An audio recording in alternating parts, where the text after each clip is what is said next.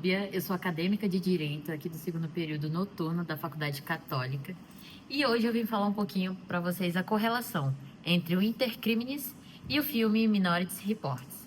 Bom, primeiro é muito interessante a gente falar sobre o Intercrimes, que é o passo a passo no ordenamento jurídico para a gente classificar o delito ou a tentativa dele. Bom, ele é classificado em 4 partes, que vai ser a cogitação, a preparação, a execução e a consumação.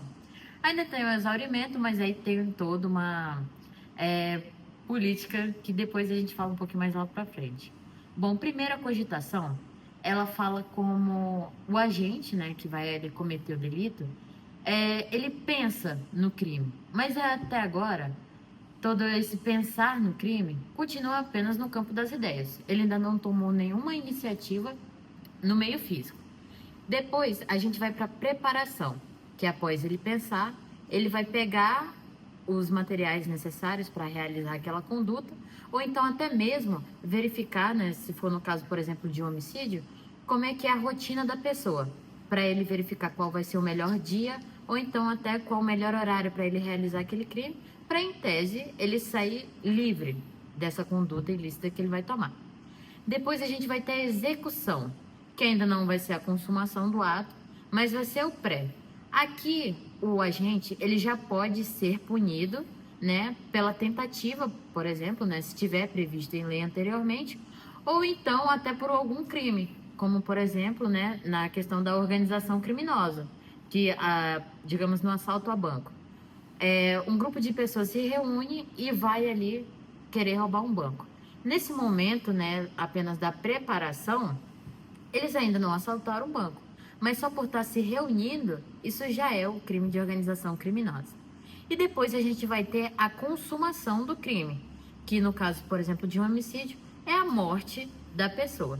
E a morte, ela pode ser tanto ali no ato, né, ali no momento em que eu disparei, por exemplo, um tiro contra a pessoa, como depois, no hospital, ou então algumas horas depois.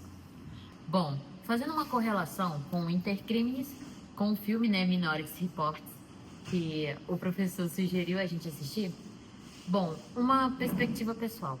É um filme fantástico quando se trata da ficção científica, pois, né, o ordenamento jurídico e principalmente, né, o direito penal, que é o foco todo desse vídeo, ele não se enquadra na realidade.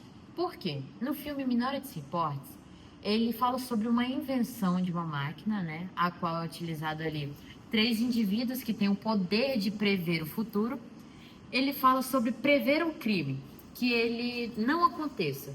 Acontece, né, as outras partes ali do ser pensar no delito, de ele até se preparar, mas a consumação em si não ocorre. Só que isso colocaria em jogo todo o ordenamento jurídico, inclusive direito penal. Porque um princípio básico é que a pessoa ela só vai ser punida por aquilo que ela cometeu.